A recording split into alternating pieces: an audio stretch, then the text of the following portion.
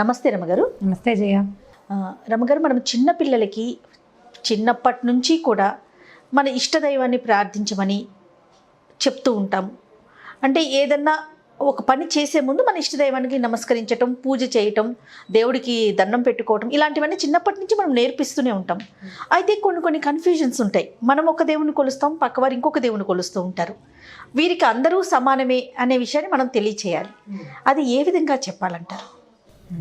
బాగుంది కదా. దేవుడు ఒక రూపంలో ఉండడు జయ. అంటే ఓ వస్తువులోనో చెక్కతోటి చేస్తారు దేవుడి ప్రతిమలు. మన జగన్నాథుడు, పూరి జగన్నాథుడు చెక్కతోటి చేయబడి ఉంటాడు, చెట్టు మొదలతోటి. అక్కడ దేవుడు ఉన్నాడు. వెంకటేశ్వర స్వామి సాలగ్రామశిల అంటారు, అక్కడ ఉన్నాడు. మనం ఇలా రకరకాలు బంగారంతో చేసిన లక్ష్మీదేవి విగ్రహాలు ఉన్న దేవాలయాలు కూడా ఉన్నాయి. దేవుడు రాతిలోనో, బంగారంలోనో, చెక్కలోనో, లోహంలోనో ఉండడు. కేవలం మన బుద్ధి నిలవడానికి ఆ ఆకారాన్ని మనకి తయారు చేసి పెట్టారు మన పెద్దవాడు. ఒక ఆకారం, ఒక మూర్తి మీద ఇప్పుడు మనం స్కాటర్డ్గా పోతుంది బుద్ధి. ఆ స్కాటర్డ్గా ఉండే మన తాలూకు మనస్తత్వాన్ని ఒకచోట కేంద్రీకృతం చేయటానికే ఈ దైవాల ప్రతిమలు ఏర్పడ్డాయి.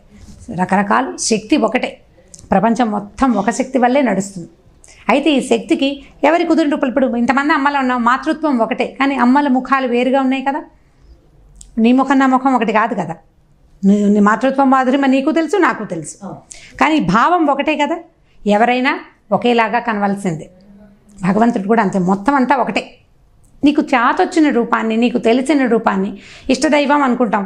ఈ ముఖం మనకు నచ్చుతుంది, దానికి సంబంధించిన కథ మనకు నచ్చుతుంది, ఎలాగో మనం ఆ ముఖానికి కనెక్ట్ అవుతాం. కొన్నాళ్ళ తర్వాత ఆ ముఖం లేకపోయినా, మనం ప్రతిమను చూడకపోయినా మన బుద్ధి దాని మీద నిలబడుతుంది. నిలపటానికే ఇది, కానీ శక్తులు వేరు కాదు.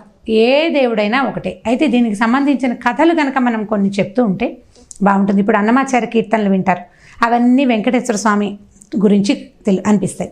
త్యాగరాజ కృతులు వింటాం, అవేమో రాముడు గురించి లాగా కనపడుతుంది. పురంధరదాస్ కీర్తనలు అంటే అవి కృష్ణుడిలాగా కనపడతాయి. ఇప్పుడు ఈ రాముడు, కృష్ణుడు, వెంకటేశ్వరుడు వీళ్ళంతా ఒకటే కాదు, ఇదంతా ఒకటే. ఇది ఒకటేనని చెప్పగలగటం మన ప్రజ్ఞ. మనం తెలియచేయాలి పిల్లలకి. ఒక 6, 7, 8 ఏళ్ళు అలా వయసు వచ్చాక, మరి చిన్నపిల్లలకి ఏముంది, జేజి పెట్టు, దండం పెట్టు అని చెప్తాం. మనం ఏ గుడికి వెళ్తే ఆ గుడికి దండం పెట్టిస్తాం. వాడికే ఇష్టదైవం ఆ వయసులో ఏర్పడదు. అమ్మ ఎక్కడ దండం పెడితే పిల్లాడు అక్కడ దండం పెడతాడు. వినాయకుడికి పెట్టిస్తాం, ఆంజనేయుడికి పెట్టిస్తాం, రామాలయము, విష్ణు ఆలయము, శివాలయము, మనం ఎక్కడికి వెళ్తే అక్కడ. క్రమంగా వాడి బుద్ధి వికసించిన తర్వాత వాడు రకరకాల కథలు, రకరకాల విషయాలు తెలుసుకుని దానివల్ల ఒక దైవాన్ని ఎంచుకోవచ్చు. లేదా ఈ చూసిన ప్రతిమల్లో ఏదో ఒక దానికి వాడి బుద్ధి కనెక్ట్ అవుతుంది. అంటే వీడి ఫోకస్ని లాగగలిగే శక్తి అవతల ప్రతిమలు, అంటే ఆ రూపంలో ఉంటే వాడు ఎక్కడికి కనెక్ట్ అవుతాడు. ఇప్పుడు నాదా ఇష్టదైవం నరసింహస్వామి కాబట్టి మా అబ్బాయి కూడా అదే అవ్వాలని లేదు.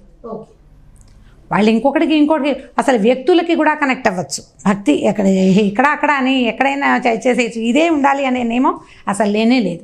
సో ఇప్పుడు ఏదైనా ఒకటేనని చెప్పడానికి మంచి కథలు ఉన్నాయి మన దగ్గర. ఒక కథ చెప్తాం. మీరు వ్యక్తులు అనగానే ఇప్పుడు రామకృష్ణ పరమహంస, బుద్ధుడు, వివేకానందుడు, మదర్ తెరీసా, ఇట్లా ఎంతమంది అన్ని వ్యక్తులకి కనెక్ట్ అయిన వాళ్ళు. ఇప్పుడు మన సత్యసాయి బాబా ఉన్నారు, షిరిడి సాయిబాబా ఉన్నారు. ఇలా బాబా గారికి కనెక్ట్ అయ్యే వాళ్ళు, అవధూతలకి, యోగులకి కనెక్ట్ అయ్యే వాళ్ళు కూడా ఉన్నారు. ఆ రూపంలో వాళ్ళ ఫోకస్ నిలిచిందనమాట. వీళ్ళ బుద్ధి దాని యందు లగ్నమైంది. ఎలాగైనా పర్వాలేదు, మన ఇష్టం. ఇప్పుడు వ్యక్తులకి, మనుషులకి నియమం, ఫోకస్ ఈ రెండు ఉంటే వాళ్ళు సజావైన ప్రవర్తన కలిగి ఉంటారు. మనకు అల్టిమేట్గా కావాల్సింది ఏమిటి? మనుషులు మంచి సత్ప్రవర్తన కలిగి ఉండటం, మానవత్వం కలిగి ఉండటం. అది ఎప్పుడు వస్తుంది? బుద్ధి నిలకడగా ఉన్నప్పుడు. బుద్ధి నిలకడ కుదరటం కోసమే ఈ భగవద్ రూపాలని, ఇన్ని వందల వేల రూపాలని మనకి మన పెద్దవాళ్ళు చేసి చూపించారు. అయితే దీని మీద ఇదివరకటి కాలంలో వీర వైష్ణవులు, వీరశైవులు ఉండేవాళ్ళు. విష్ణువే మొత్తానికి కారణమని వైష్ణవులు, శివుడే మొత్తానికి కారణమని శైవులు. వైష్ణవులు శివాలయాలకు వెళ్ళేవాళ్ళు కాదు, శైవులు విష్ణువాలయాలకు వెళ్ళేవాళ్ళు కాదు. అలా మూర్ఖత్వమే, అంతకంటే ఏం లేదు. వాళ్ళందరూ గొప్ప గొప్ప చదువుకున్న వాళ్ళు, మునులు, ఋషులు, వాళ్ళు పెద్దవాళ్ళు కూడా ఉన్నారు. ఉన్నా కూడా నేనే కరెక్టు అనే ఒక అహంకారాన్ని దాటలేని స్థితుల వల్ల వాళ్ళు అదే దేవుడు, అదే అని పెట్టుకునేవారు. దాని మీదే ఒక కథ చెప్తాం. పండరిపురంలో పాండురంగని దేవాలయం ఉంది. అయితే ఆ పాండురంగ దేవాలయానికి తరచూ వచ్చే ఒక బాగా పెద్ద వ్యాపారస్తుడైన ఒక వ్యక్తి, ఒక భక్తుడు పాండురంగడికి ఒక మొక్కుకున్నాడు. ఏదో చిన్న అనారోగ్యం వచ్చింది, ఆయనకి చర్మవ్యాధి వచ్చింది. అది తగ్గితే ఈ పాండురంగడికి కిరీటం చేసి ఇస్తానని దండం పెట్టుకున్నాడట. అయితే కిరీటం చేసేది, ఆరోగ్యం చక్కబడింది, అతనికి చర్మవ్యాధి తగ్గిపోయింది, కిరీటం చేయాలి. కిరీటం చేయాలంటే కిరీటం చేస్తానండి నేను మొక్కుకుంటాను, కానీ కిరీటం నేను చేసేయలేను కదా, ఎవరు చేయలేరు. కిరీటం చేయటం అంటే బంగారంతో రాళ్లతోటి పని, ఆ బంగారు పని చేసేవాళ్ళు కావాలి. ఆ ఊళ్ళో చాలా ఇట్లాంటి పనులు చేయగలిగిన ఒక మంచి బ్రహ్మాండ నాయకుడైన ఒక కంసాలు ఉన్నాడు, గోల్డ్ స్మిత్. ఈ కంసాల ఆయన దగ్గరికి వెళ్తే కంసాల ఆయన శైవ భక్తుడు, పూర్తిగా శైవమే, అతను శివుడే దేవుడు, విష్ణువు అతనికి దేవుడు కాదు. అయితే నేను చేయను అన్నాడు. చేయనంటే అందరూ చుట్టుపక్కల వాళ్ళు కేకలేశారు, అదేమిటి దైవ కార్యం, అతను మొక్కుకున్నాడు, నువ్వు మొక్కు తీర్చడానికి నువ్వు ఉపయోగపడాలి, ఏదైతే ఏమిటి అంటే ఆ రంగడిని నేను ఎట్లా చేస్తాను, నేను చేయలేను అన్నాడు. ఎందుకు, నేను నీకు కొలత తెచ్చిస్తానని ఇతను చెప్పాడు. నువ్వు రంగడిని చూడొద్దు, రంగడి దగ్గరికి నువ్వు రావక్కర్లేదు, నేనే తల చుట్టుకొలత తీసిస్తాను, ఆ తల ప్రకారం చేయమన్నాడు. తల సైజు ఈ రౌండ్ అంతా సర్కంఫరెన్స్ చుట్టూత భాగాన్ని తీసుకురావాలి చుట్టుకొలత.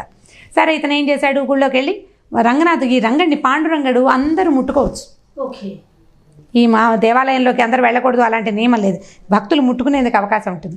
మచిలీపట్నంలో ఉన్న పాండురంగస్వామి చిలకలపూడి దేవాలయంలో కూడా పాదాలు ముట్టుకునేవాళ్ళం మా చిన్నప్పుడు, మాది బందరే. పాండురంగస్వామి గుడికి వెళ్తూ ఉండేవాళ్ళం. ఈ స్వామిని మనం స్వయంగా ఆ చేతులతోటి రుకమ్మాయిని ముట్టుకోవచ్చు, రంగడిని ముట్టుకోవచ్చు, మనకేమి ఇబ్బంది ఏం లేదు. అయితే ఈయన ఏం చేశాడు, తనే కొంచెం స్వయంగా చేశాడో, పూజారిని అడిగాడు, ఈ తల చుట్టుకొలత తీసుకొచ్చి గోల్డ్ స్మిత్కి ఇచ్చాడు.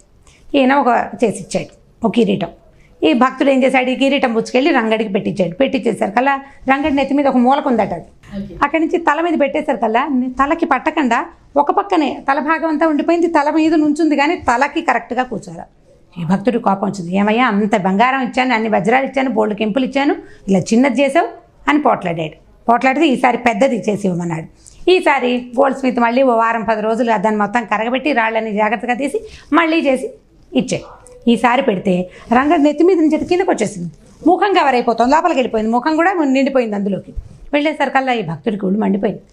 ఏమిటయ్యా నువ్వు సరిగా చూసి చెయ్యలేవా, ఇట్లా 2 సార్లు చేసావు, నేను మా వాళ్ళందరికీ చుట్టాలు, ఇప్పుడు మనం ఏదైనా గుళ్ళో సమర్పిస్తుంటే చుట్టుపక్కలందరికీ చెప్పుకుంటాం కదా, ఇవాళ సమర్పణ మీరందరూ రండి స్వామిని దర్శించండి అని అందరినీ పిలిస్తే వాళ్ళందరి ముందు నా పరువు పోయింది, 2 సార్లు చేసావు, నువ్వు సరిగ్గా చేస్తావా చేయవా అన్న అనేసరికల్లా ఈ పూజారి గుళ్ళో ఆయన ఉంటారు కదా, ఆయన అన్నాడు గోల్డ్ స్మిత్ని, నువ్వే వచ్చి స్వయంగా కొలత తీసుకోవచ్చు కదా, మేము సరిగ్గా తీయలేకపోతున్నామేమో, ఓసారి చిన్నదైంది ఒకసారి పెద్దదైంది, నువ్వు పనిచేసేవాడివి, నువ్వు స్వయంగా కొలత తీసుకుంటే బాగుంటుందంటే ఈయన అన్నాడు, నేను రంగడిని కంటితో చూడను, నేను శివుడినే చూస్తానన్నాడు. అయితే వీళ్ళేమన్నారు, కళ్ళ గుడ్డ కట్టుకో, గుడి దాకా నడుచుకుంటూ వెళ్ళు, గుళ్ళో నువ్వు అడుగు పెట్టంగానే కళ్ళ గుడ్డ కట్టేస్తాం, నువ్వు రంగడిని చూడవు, తల ముట్టుకో, పక్కన పూజారి ఉంటాడు కదా నీ చేతులతో తల పట్టిస్తాడు, ముట్టుకో, అప్పుడు తల ఎంత ఉందో నువ్వు సరిగ్గా కొలత తీసుకుందు కానీ అని చెప్పారు. సరే ఈయన గుళ్ళోకి వెళ్ళాడు. గుళ్ళోకి వెళ్ళగానే కళ్ళకి ఒక పట్టుగుడ్డ కట్టించుకున్నాడు. వెళ్ళి ఆ పాండురంగడి తల మీద చేతులు పెడితే తలకి పాండురంగడి తల ఎలా ఉంటుందంటే వెనకాల జుట్టు ఉన్నది, అది మనకంటే విగ్రహం అట్లా ఉంటుంది, వెనకాల జుట్టు, చేయి ముందుకు పెడితే ముక్కు ముఖం అన్ని విగ్రహాలకు తగులుతాయి కదా, ఈయనకు అది తగలకుండా అది నునుపుగా గుండ్రంగా ఉన్న శివలింగంలాగా తోచిందట. ఎంత తడిమినా కన్ను ముక్కు ఏమీ తెలియటల్లా, చేతులు కిందకి పెడితే శరీర భాగాలు ఏమీ తెలియటల్లా, కిందకి పెడితే భుజాలు అవి తెలియాలి కదా, ఏమీ తెలియట్లేదు. ఈయనకి అర్థం కాలేదు, ఇదేమిటి నేను ఎక్కడికి వచ్చాను, ఇది శివలింగం ముట్టుకున్నట్టుంది. అతను ప్రతి సోమవారం గుళ్ళో అభిషేకం చేస్తాడట. అభిషేకం చేస్తున్నప్పుడు శివలింగాన్ని తుడుస్తుంటే అతనికి ఎలాంటి భావన కలుగుతుందో అదే వస్తుంది. విగ్రహం కదా, రంగడు ఎలా ఉంటాడు, అంత ఎత్తుంటాడు, ఆయన చక్కగా కళ్ళు విశాల నేత్రాలు, ముక్కు కోటేరేసినట్టు ముక్కు, పెదిమలు కొసలు తీరుంటాయి, చెప్పుకుంటూ ఉంటారు కదా రంగడు ఎంతో అందంగా ఉంటాడు, ముఖం ఇట్లా ఉంటుంది, చెవులు ఇట్లా ఉంటాయి, చెవులకు కుండలాలు ఉన్నాయి, జుట్టు ఉంది మెడదాకా వంకిలు తిరిగిన జుట్టు, ఎంత ముట్టుకున్నా శివలింగమే తగులుతోంది. గుడ్డ కూడా తీశాడట. తీసారు కదా, పక్కున నవ్వుతున్న రంగడు కనపడ్డాడు. ఈయనకి ఇదేమిటి ఇలా కనపడుతుంది, అయ్యో నేను రంగడిని చూస్తాను, గబగబా మళ్ళీ గుడ్డ కట్టేసుకున్నాడు. కట్టుకుని మళ్ళీ తల పట్టుకున్నాడు. తల పట్టుకుంటే మళ్ళీ శివలింగమే తగులుతోంది. మళ్ళా గుడ్డ విడదీశాడు. తలకున్న గుడ్డ విడదీస్తే ఆ పెదిమల్లో నుంచి నవ్వు కనపడుతోందన్నమాట. తను మళ్ళీ కట్టుకున్నాడు. 3 సార్లు చూసినా కూడా ముఖం ఏది తను చూశాడో కళ్ళ గుడ్డ కట్టుకున్నాక అది తగలటల్లా. ఆ 3వసారి గుడ్డ కూడా తీశాక ఆ ముఖంలోకి చూస్తుంటే అది ఒక్క క్షణంలో గుండ్రగా పొడవుగా ఉన్న శివలింగంలాగా భాషించడం మొదలుపెట్టింది అతనికి. తను చూసిన కళ్ళు, ముక్కు, పెదవుల మీద మనోహరమైన చిరునవ్వు అన్నీ పోయినాయి. పోయి మొత్తం ఖాళీగా ఉన్న శివలింగం బొట్టు పెట్టు అని పిలుస్తోంది. విభూతి పెట్టు, బొట్టు పెట్టు అంటుంది. ఒక్క క్షణం కళ్ళు నూలుకుంటే మళ్ళీ నవ్వుతున్నాడు, చూస్తున్నాడు తనకేసి.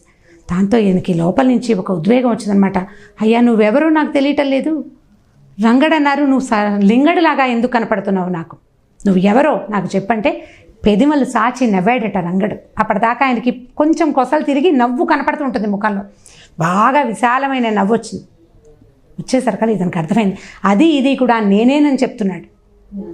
రూపంలో తేడాయే కానీ నీకు తెలుసు నీ రూపం, నీకొక రూపం తెలుసు, ఆ రూపంలో ఉన్నది కూడా నేనే.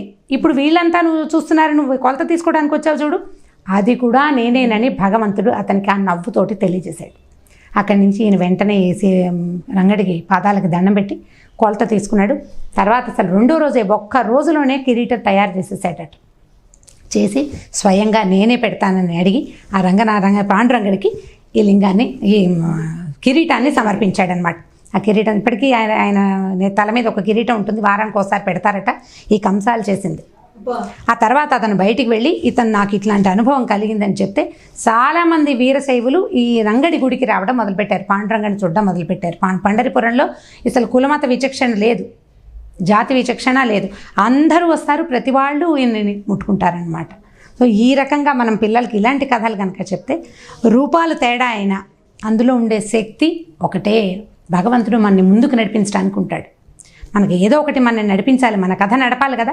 ఆ నడిపేది ఏ రూపంలో ఉన్నా ఒకటే, అది పెద్దది కావచ్చు చిన్నది కావచ్చు, ఎవరైనా సరే. నీకు ఇది కాదు, నీకు వినాయకుడే ఇష్టం, నువ్వు కనెక్ట్ అవుతావు. వినాయకుడు వేరు, శివుడు వేరు, ఇదే కరెక్టు అని అనడానికి వెళ్ళలేదు. అంతా ఒకటే. ఎవరికి కనెక్ట్ అయితే మనకి చాతొచ్చిన రూపం ఒకటి, ఒక మట్టి ముద్దని నలుగురు పిల్లలకి ఇచ్చామనుకోండి, నలుగురు ఒకే రకంగా చేయగలుగుతారా? చేయలేరు. ఎవడికి చాతొచ్చింది వాడు చేస్తాడు. అలాగే ఎవడి బుద్ధి దేని ఎందు నిలుస్తుందో దాన్ని కొలవటమే పద్ధతి. రెండోది కూడా ఇలాంటిదే, ఒకటే మట్టి మొత్తం అంతా. ఇలాంటి స్టోరీస్ చెప్తే బాగుంటుంది పిల్లలకి. ఇది మంచి కథ కదా, పెద్దవాళ్ళు కూడా తెలుసుకోవాల్సింది కదా. పిల్లలకి చెప్తే ఇది వాళ్ళకి అర్థమవుతుంటుంది. ఇలాంటివి ఇంకా 3-4 కథలు ఉన్నాయి, మళ్ళీ వీలు వెంబడి చెప్తాం. Right, thank you so much రమ్మగారు. ఓకే జీ. ఈ వీడియో కనుక మీకు నచ్చినట్లయితే లైక్ చేయండి, షేర్ చేయండి. మరిన్ని వీడియోస్ కోసం మా ఛానల్ని సబ్స్క్రైబ్ చేసుకోండి.